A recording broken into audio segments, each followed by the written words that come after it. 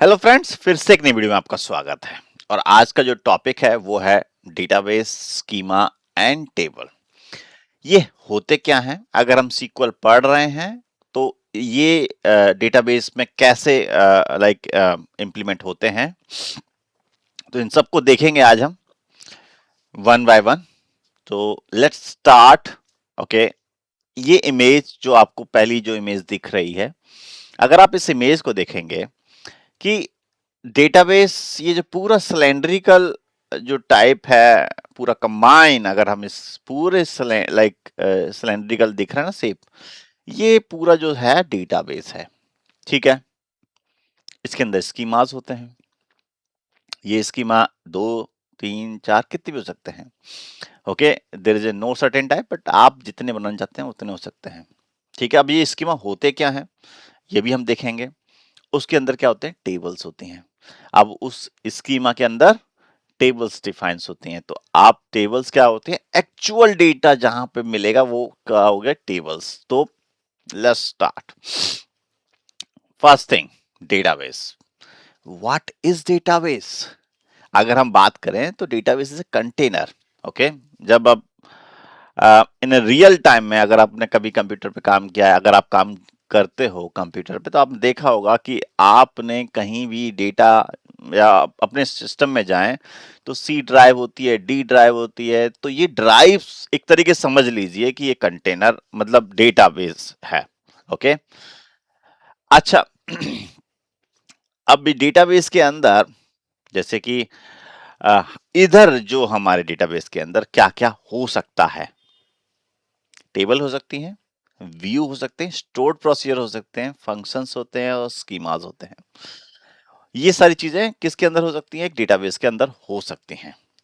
ठीक है, तो आपको होप समझ में आ रहा होगा। आप मैं थोड़ा सा इसे लेके चलता हूं और डिटेल में। अगर बात करें इस डेटाबेस होते क्या हैं। ओके, ये अगर हम बात करें कि जो डेटाबेस है, हमारा जो सीक्वल सर्वर है, जो एक्चुअल डेटा होता है वो स्टोर्ड एज ए फाइल होता है, एज ए फाइल।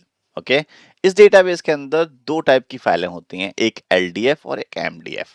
ओके, आते हैं इसे देखते हैं कि एलडीएफ कैसी है और एमडीएफ कैसी है और इसमें क्या क्या होता है। Okay, coming over here in SQL server, ये हमारा एचएसएमएस है। मैंने पिछली बार इसका डेमो दिया था कि ये टूर की मतलब ये क्या इसमें काम कैसे करेंगे, ये ऑब्जेक्ट एक्सप्लोरर क्या है, ये मेन्यूज क्या है, और तो ये सब क्वेरी विंडो हमने पूरा एक्सप्लेन किया, तो उसमें कोई डाउट नहीं होगा। ठीक है, आप जिसमें देखेंगे कि हमारे पास दो डेटाबेस दिख रहे हैं आपको, एक विक्रम सॉफ्टवेयर और विराट स्टोर। ओके, अब ये जो डेटाबेस है ये कहीं तो पड़ा होगा हमारे सिस्टम में। ओके, ऐसा तो नहीं कि ये डेटाबेस तो बना दिया पर ये कहाँ पे? ये हवा में तो है नहीं है, ये कहीं ना कहीं तो स्टोर होगा। वो स्टोर किस तरीके से होता है, किस फॉर्मेट में होता है, देखते हैं। राइट क्लिक करना है इस डेटाबेस के ऊपर, प्रॉपर्टी पे जाना है और प्रॉपर्टी पे जाने में आप देखेंगे कि ये साइज क्या है इस डेटाबेस का। अगर आप देखेंगे 272 MB और फाइल्स जो, अच्छा, ये फाइल्स पे जैसे आप क्लिक करेंगे तो आपको दो तरह की फाइल दिख रही होंगी, एक लॉक और एक सिंपल फाइल। अच्छा, इनका पाथ भी है जो हम देखेंगे अभी। ठीक है, एक ये जो पाथ है, ठीक है, ये फाइल इस वाले पाथ पे है। इन पाथ पे जाके देखेंगे कि ये फाइल कैसे स्टोर होती है। ओके, सो ये देखिए, C drive program files, C drive program files, Microsoft server, then ये MS SQL 17।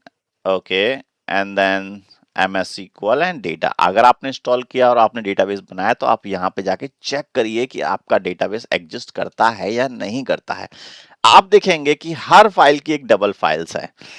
जैसे कि ये ना डेटाबेस है विक्रम सॉफ्टवेयर, तो इसकी दो फाइल्स हैं, एक विक्रम सॉफ्टवेयर और एक अंडरस्कोर लॉग नाम से है। ये जो बिना लॉग वाली है इसे कहते हैं MDF फाइल्स। अगर आप देखना भी चाहते हैं तो ये राइट क्लिक करिए, प्रॉपर्टी पे जाइए, एंड देन यहां पे देखिए, ये तो फाइल पाथ जो आपको पता है, ये एमडीएफ है। ओके, एमडीएफ फाइल है, यानी कि एक्चुअल डेटा इसी फाइल में स्टोर होता है। ये जो डेटाबेस है जो आप हम कह रहे हैं विक्रम सॉफ्टवेयर, वो उसका डेटा जो कहाँ स्टोर हो रहा है, एक फाइल में स्टोर हो रहा है, और फाइल का जो एक्सटेंशन है वो एमडीएफ है। ओके, ये तो होगा एमडीएफ, जो actual data reside in this MDF. Okay, अच्छा, अब आते हैं एलडीएफ। ये क्या है और ये क्यों जरूरी है? अगर आप देखिए कि इसका भी साइज देख लेते हैं, प्रॉपर्टी पे जाते हैं, और ये है LDF file.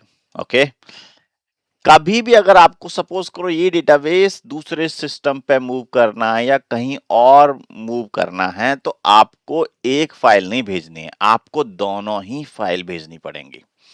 This is very important.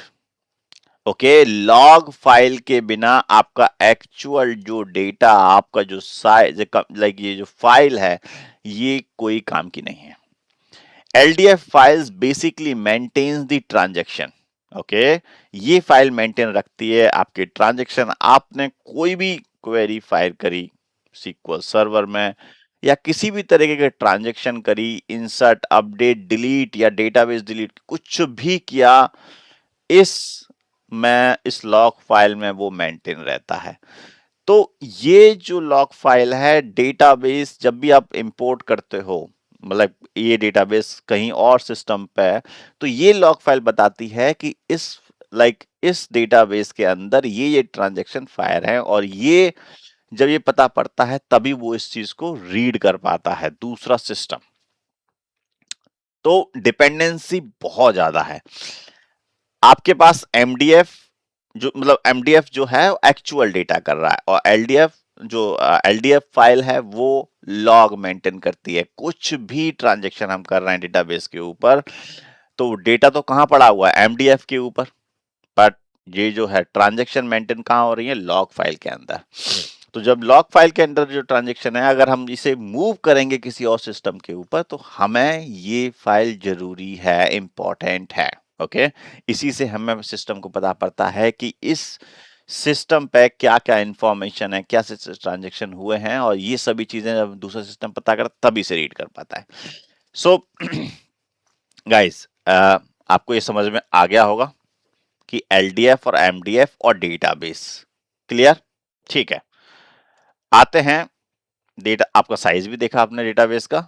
Okay, अब ये तो हुआ, अब इसे बनाते कैसे हैं? इसके लिए सिंपल कोड है, कोई इतना बड़ा कुछ नहीं है, simple. Okay, let suppose create database, ये तो आपको लिखना होगा। और आपको मैं बता रहा हूं गाइस, सीक्वल लैंग्वेज, तो आप इसको याद करनी पड़ेगी। ज्यादा दो दो शब्द के, लाइक ज्यादा बड़े कीवर्ड नहीं, बट समझना भी पड़ेगा कि ये कैसे लिखा है। इज सिंपल, जैसे कि अगर मैंने ये डेटाबेस बनाना है, तो क्रिएट पहला कीवर्ड, देन डेटाबेस, देन उसका नाम। ओके, ये सीक्वेंस फॉलो करना पड़ेगा। मैंने क्या लिखा है, क्रिएट लिखा है, देन डेटाबेस और उसका नाम। अब मैं डेटाबेस का नाम में क्या देना चाहता हूं, मेरे पास दो डेटाबेस ऑलरेडी हैं। अब मैं इसका नाम देना चाहता हूं, लेट्स सपोज मैं एक एक्स वाई जी कंपनी, कुछ भी एक रैंडम एक कंपनी में एक सोचता हूं मैं अभी, VIKRM ट्यूटोरियल्स। ओके, सिंपल सी, ये इस तरीके से मैंने एक डेटाबेस बनाना है विक्रम ट्यूटोरियल्स के नाम से। और मैंने इस ये तो मैंने लिखा तीन शब्द, देखो क्रिएट करना क्या है, डेटाबेस, उसका डेटाबेस क्रिएट करना है, और उसका नाम क्या होगा ये मैंने डिफाइन कर दिया। और सिंपल एग्जीक्यूट, ये जो ग्रीन बटन दिख रहा है आपके में भी इस तरीके से दिख रहा होगा, जस्ट प्रेस दिस। ओके, आपने प्रेस करते ही नीचे आपके मैसेज में आया होगा कमांड कंप्लीटेड सक्सेसफुली, उसका टाइम। आपने देखा कि ये डेटाबेस क्रिएट हो चुका है। अब ये तो क्रिएट हो चुका है, ये बन चुका है, बट आप देखें कैसे? इसके दो तरीके हैं। पहला तरीका, आपको यहाँ पे एक साइड में ये जो इस बार पे आपको यहीं पे जहां पे एग्जीक्यूट किया है आपने, उधर यहाँ पे एक ऑप्शन होगा, ड्रॉप डाउन होगा, उस पे आप देखिए उधर आपका डेटाबेस शो कर रहा है या नहीं कर रहा। तो एक्चुअल में शो कर रहा है। इस पे जाकर के जैसे ही सेलेक्ट करेंगे वो डेटाबेस सेलेक्ट हो जाएगा। इसे मैंने सेलेक्ट कर लिया। अब मैं इसके अंदर कोई भी लाइक कुछ भी, अब जैसे कि मैं स्विच कर गया हूं किस डेटाबेस से, पहले विराट विराट अंडरस्कोर स्टोर में था, अब मैं आ गया हूं विक्रम ट्यूटोरियल्स में। सो ऐसे करके मैं डेटाबेस स्विच कर सकता हूं, बट इसका भी एक अलग तरीका है। ओके, कोडिंग से। ओके, कोडिंग से। अभी तो ये अपना कमांड क्रिएट हो चुकी है। मैं यहां पे यूज विक्रम ट्यूटोरियल्स, अगर मैं यूज जो कमांड है इसको मैं यूज करूंगा, इसे सेलेक्ट कर लेना। ध्यान रखना, आपको दोबारा करेंगे तो ये एरर दे देगा। आपको यही एरिया सेलेक्ट करना है। ओके, SQL सर्वर में उसी कमांड को सेलेक्ट करना है और रन करना है। अब आप देखेंगे ऑटोमेटिकली सेलेक्ट हो गया। अभी तो मेरे पास ऑलरेडी सेलेक्टेड था। अब मैं सपोज करो कि दूसरा लेना चाहता हूं, चेंज करना हो डेटाबेस। सो अभी विक्रम की जगह विराट ले लेता हूं। तो मैंने विराट स्टोर ले लिया। अब मैं इसे चूज करूंगा, आप देखना इस ड्रॉप डाउन में ऑटोमेटिक चेंज हो जाएगा। जैसे ही मैंने विराट स्टोर किया वो चेंज हो गया। सो डेटाबेस क्रिएट करना आ गया। ओके, आपको कमांड उसे यूज करना आ गया।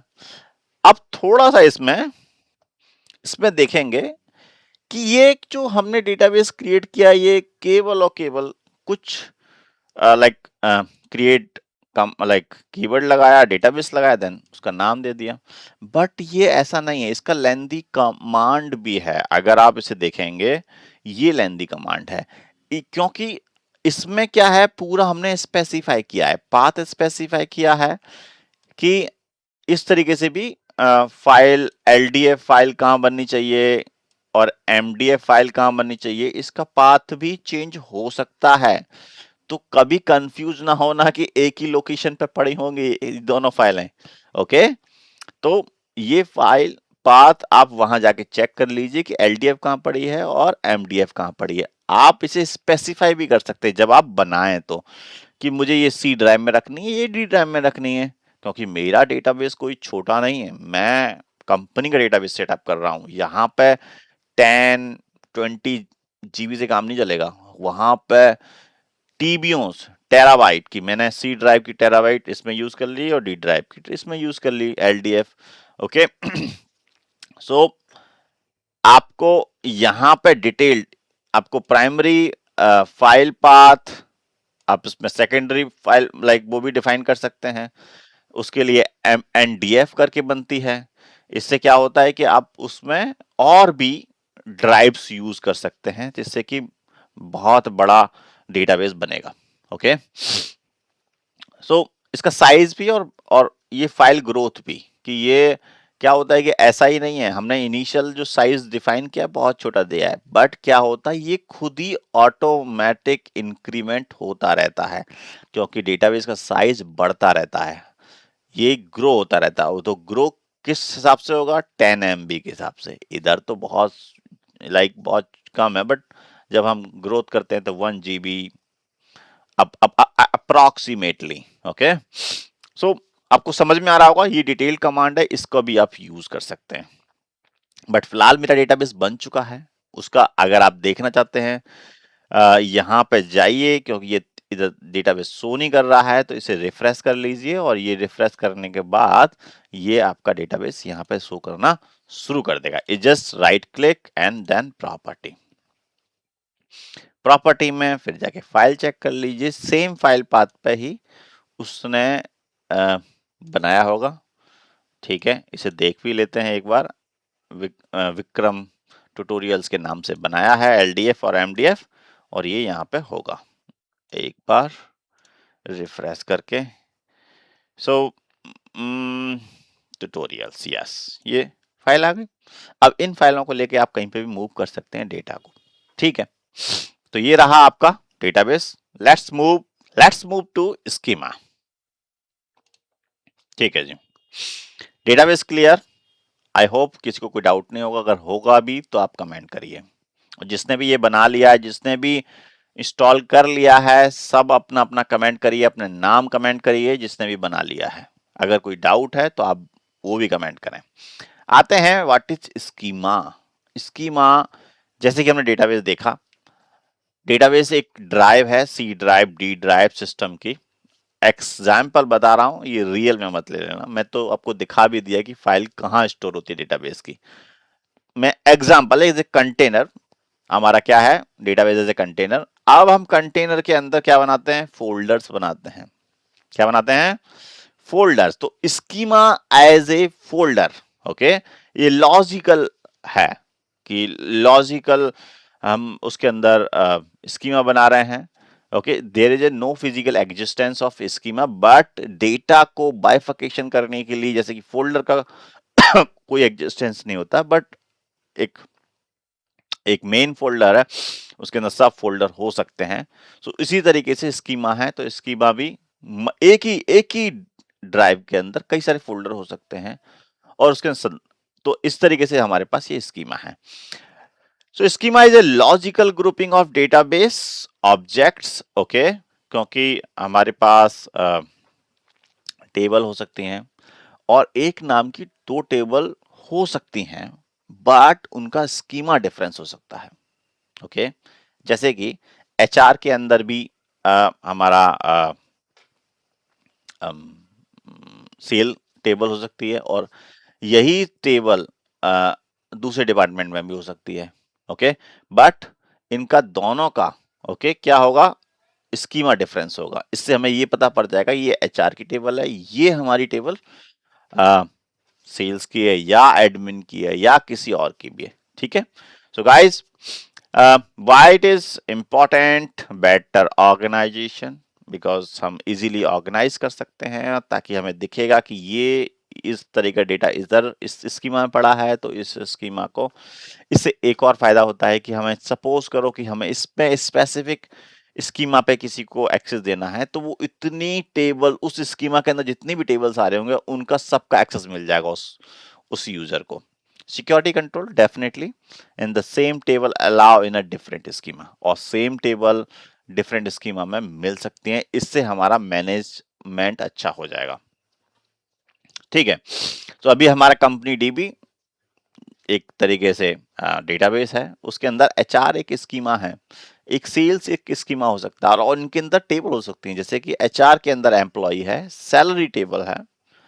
सो guys, clear, let's move to the SSMS.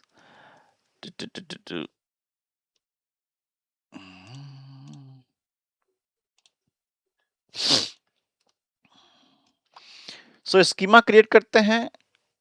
अभी तक हमने डेटाबेस क्रिएट किया, अब हम स्कीमा क्रिएट कर सकते हैं। तो क्रिएट सिंपल स्कीमा, अब स्कीमा का नाम दे दो, जैसे कि इस स्कीमा के अंदर हम एचआर नाम से बनाते हैं। आपको पता है कि डिफॉल्ट स्कीमा डीबीओ है। आप किसी भी डेटाबेस को ओपन करोगे, या विराट, उसके अंदर मैंने टेबल जो भी बनाई है, अगर मैंने स्कीमा डिफाइन नहीं किया है, तो वो सभी डीबीओ में जाएंगी, और डीबीओ एक डिफॉल्ट स्कीमा है जो सिस्टम बना के देता है, हम बनाते उससे भी नहीं है, पर हम इसे बनाएंगे। तो हमने क्या बनाया, ये एचआर स्कीमा बना रहे हैं, तो सेलेक्ट करिए और एग्जीक्यूट करिए। ये स्कीमा हमारा बन चुका है। अगर आप देखेंगे, अभी दिखेगा नहीं क्योंकि हमारे टेबल नहीं बनी है। ओके, सो सो ये ये क्लियर गाइस, ये आपको स्कीमा जो दिखेगा तभी दिखेगा, बट ये हम इसे देख सकते हैं। कैसे देख सकते हैं, इसे इस बार रिफ्रेश करते हैं, और ये स्कीमा के अंदर होगा, डेटाबेस ट्यूटोरियल्स, और ये हमारा यहाँ पर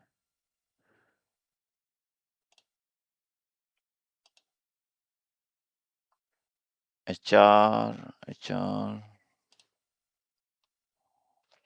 सो गाइस, ये जो हमने एचआर स्कीमा बनाया है वो बना दिया है हमने विराट स्टोर के अंदर।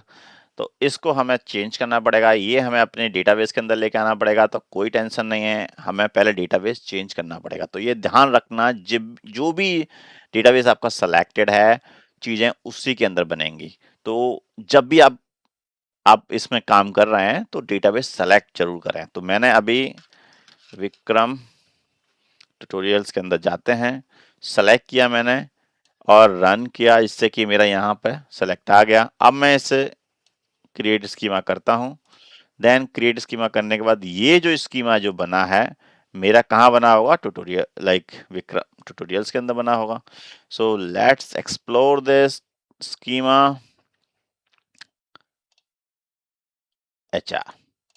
और ये जो एचआर स्कीमा है इसके ऊपर हम टेबल्स क्रिएट कर सकते हैं। सो स्कीमा भी क्लियर हो चुका होगा, आई होप किसी में कोई डाउट नहीं होगा। So now let's move to the table. ठीक है,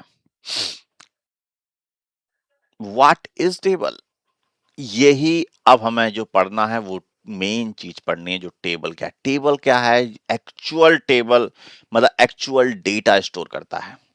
table store actual data in a row and column format.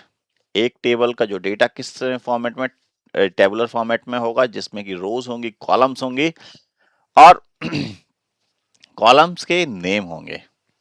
Record किसी का भी एक रोज हो सकती है, तो उसे हम टपल भी कहते हैं। सो टपल मींस रो, फील्ड कॉलम। ओके, सो ये टर्मिनोलॉजी है, समवेयर कुछ और यूज कर सकते हैं, बट यहाँ पे आपको समझ में आ रहा होगा सीक्वल सर्वर में हम इसे रो ही बोलेंगे और कॉलम बोलेंगे। आपको स्कीमा दिख रहा होगा कि डेटाबेस के अंदर स्कीमा, स्कीमा के अंदर टेबल, और ये जो नेमिंग लाइक कन्वेंशन, जैसे कि हम टेबल का कोई भी नाम देंगे तो वो हम उसे प्रॉपर कंप्लीट नेम से फॉलो करेंगे। जैसे कि database dot schema then dot table. अभी हम जो टेबल बना देंगे, ठीक है, let's so naming format create. अब इस टेबल को क्रिएट करते हैं। अब टेबल बनाते हैं, एक एचआर हमारा वो है ही है। अब हम स्कीमा ऑलरेडी है तो हम उसे यूज करते हुए आते हैं एसएसएमएस में और टेबल बनाते हैं। सो सिंपल लाइक इसका स्ट्रक्चर मैं बता देता हूँ।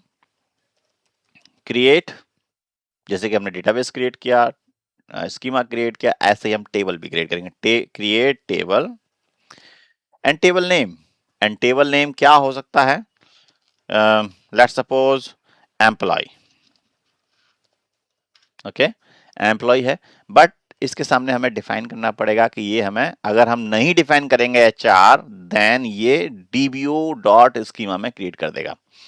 बट हमें इसे प्रॉपरली अलाइन करना है स्कीमा के अंदर, तो इसे हमने प्रॉपर नेम दिया। ओके, सो हमारा Vikram tutorial select already database, इसके अंदर हमने क्रिएट, अब हम टेबल क्रिएट करेंगे। तो अब इस तरीके से आपको ये बताना पड़ेगा। स्ट्रक्चर हमारा create keyword, table keyword, then उसका नाम। अब यहाँ पे हमें इसका स्कीमा डिफाइन करना पड़ेगा। अब स्कीमा, आप ये कहोगे भाई पहले अभी स्कीमा था अब ये स्कीमा, ठीक है गाइस, थोड़ा सा मैं आपको समझा देता हूं कि एक स्कीमा मतलब schema is a structure. Okay, schema, when we say the schema then structure, ये कंफ्यूज ना होना। अभी तक हमने बात देखी थी कि डेटाबेस का स्कीमा, ओके, कि डेटाबेस का स्कीमा कैसा वर्क करेगा। बट एक टेबल के अंदर भी स्कीमा होता है। टेबल के अंदर स्कीमा मतलब कि टेबल किस तरीके से डिजाइन है। ओके, तो टेबल का स्कीमा मतलब उसके कॉलम्स, उसके अंदर जो भी हमने जो डिफाइन किया, डेटा टाइप डिफाइन किए हैं, या जो भी चीजें हम डिफाइन करेंगे अभी आप देखेंगे। लेट्स एक्सप्लोर ओवर है। सो पहली चीज एम्प आईडी हो सकती है, जो कॉलम हो सकता है, क्योंकि employee ID is main. So emp ID, ठीक है, एम्प आईडी। अब इसका टाइप डिफाइन करना पड़ेगा आपको। टाइप इसको इंटीजर दे देते हैं, इंटीजर टाइप, क्योंकि एम्प्लॉय इंटीजर टाइप हो सकता है। अच्छा मैं एक और चीज, जो ये क्या है, एम्प्लॉय ऑटो इंक्रीमेंट होगा, मुझे नंबर देने की जरूरत नहीं पड़ेगी। अभी मैं इजीली, आप इस समझ लीजिए इसे कैसे बनाते हैं, मैं आपको इसे एक्सप्लेन थोड़ा सा अच्छी तरीके से करूंगा।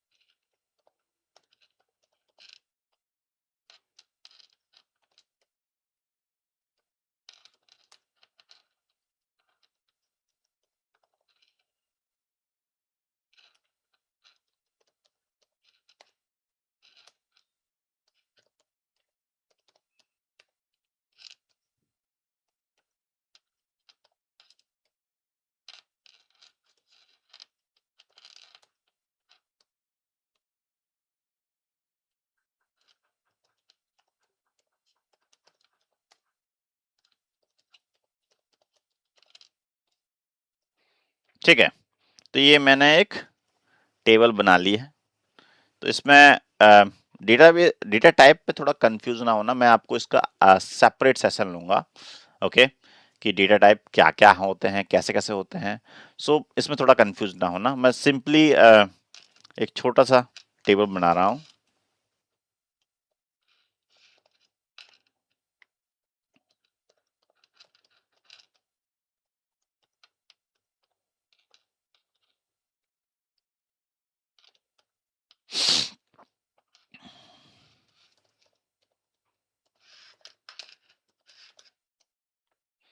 ठीक है, आई थिंक ये टेबल मैंने बना लिया है। इसमें आपको समझ में आ रहा होगा कि कॉलम ये रहे, उनका डेटा टाइप, और ये एक अलग चीज है जो कि इसे समझाऊंगा। ये आइडेंटिटी है, इसका मतलब है कि हमारा जैसे कि नया रिकॉर्ड क्रिएट होगा तो हमें इसे डिफाइन करने की जरूरत नहीं है। ये जो एम्प्लॉय आईडी डिफाइन करने की जरूरत नहीं है, ऑटोमेटिकली इंक्रीमेंट करेगा एक से। जैसे कि अब हमारा ये बढ़ेगा, अगर हम एम्प्लॉय एक, पहला जो एम्प्लॉय होगा वो 1 होगा, सेकंड एम्प्लॉय वो सेकंड होगा, 3 4 5 6, 1 में एक बढ़ता रहेगा। ओके, ठीक है। अब इस टेबल को क्रिएट कर देते हैं, इस टेबल को क्रिएट कर देते हैं। अब क्रिएट करते हैं, एक और मैं फील्ड एंटर कर लेता हूं, एक और चीज जो कि इज एक्टिव। ओके, और ये किस टाइप का है, बिट। बिट मतलब जीरो और वन में, एक्टिव है तो जीरो, लाइक वन, इनएक्टिव है तो जीरो। ओके, सो डिफॉल्ट वन, क्योंकि सारे एक्टिव होते हैं। ठीक है, तो इसको अब हम रन कर देता हूं।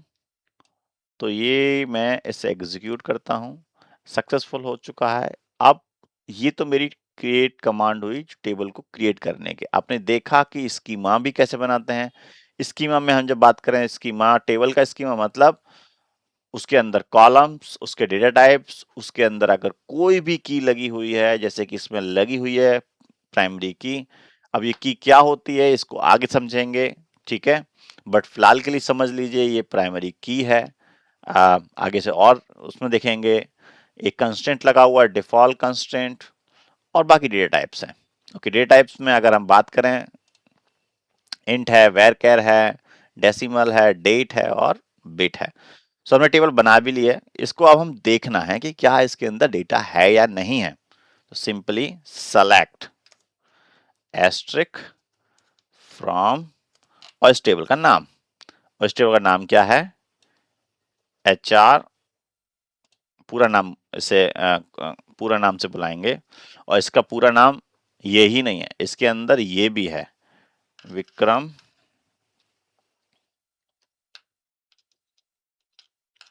ट्यूटोरियल्स।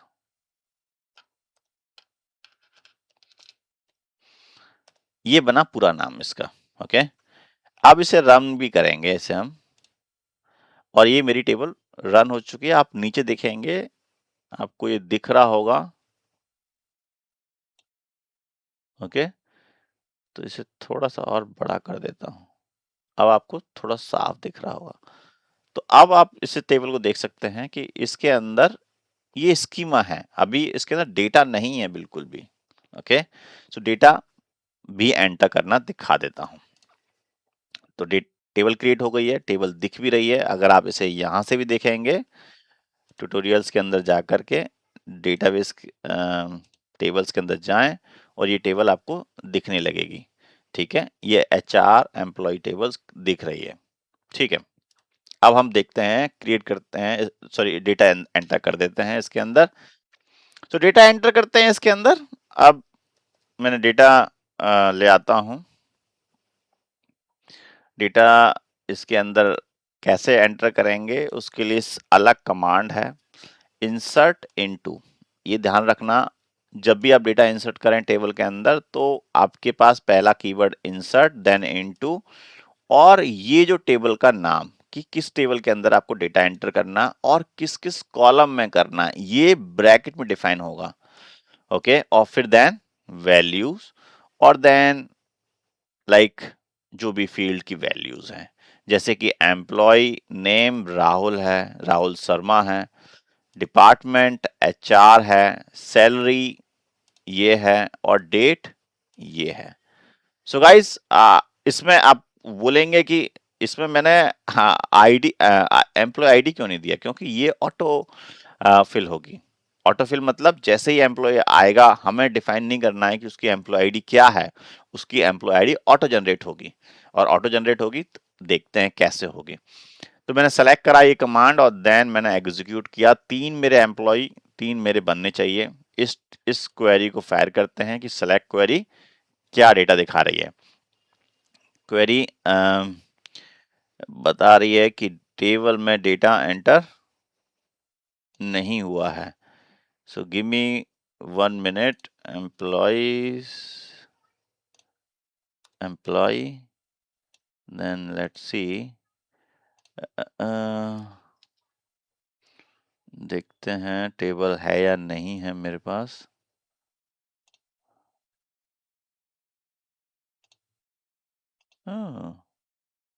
टेबल ड्रॉप हो गई है।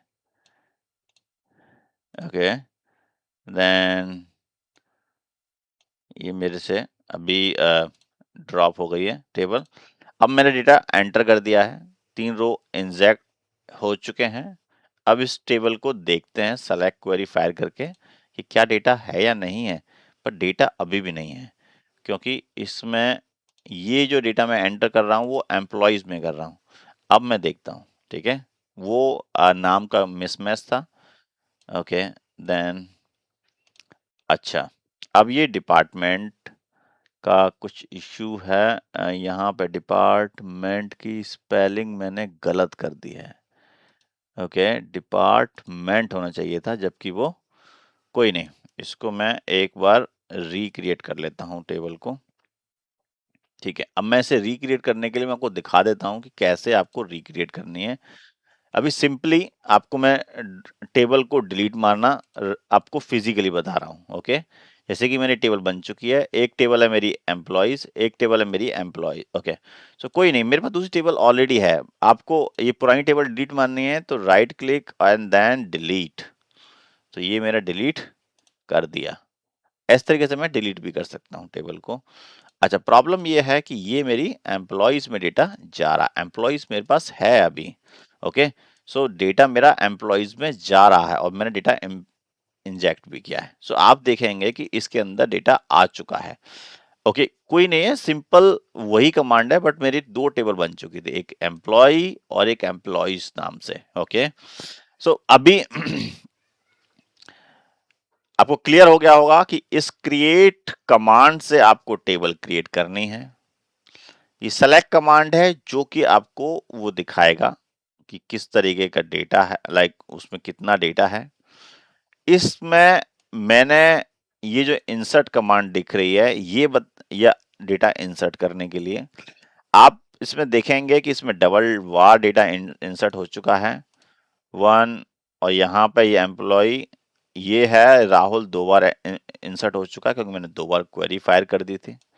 सो आई होप आपको डेटाबेस, स्कीमा और टेबल ये तीनों चीजें क्लियर हो चुकी होंगी।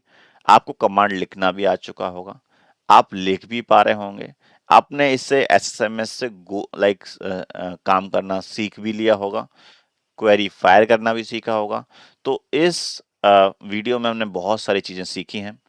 हमने ये भी सीखा है डेटाबेस में किस टाइप के होते हैं, कितना फाइलें कहाँ होती हैं, एलडीएफ, एमडीएफ, और इसमें क्या-क्या स्टोर होता है। सो आई होप ये वीडियो आपको बहुत पसंद आया होगा, और if you like, just hit like and subscribe my channel. और ऐसे ही वीडियो देखने के लिए मिलते हैं फिर से नए एक वीडियो में। तब तक के लिए धन्यवाद।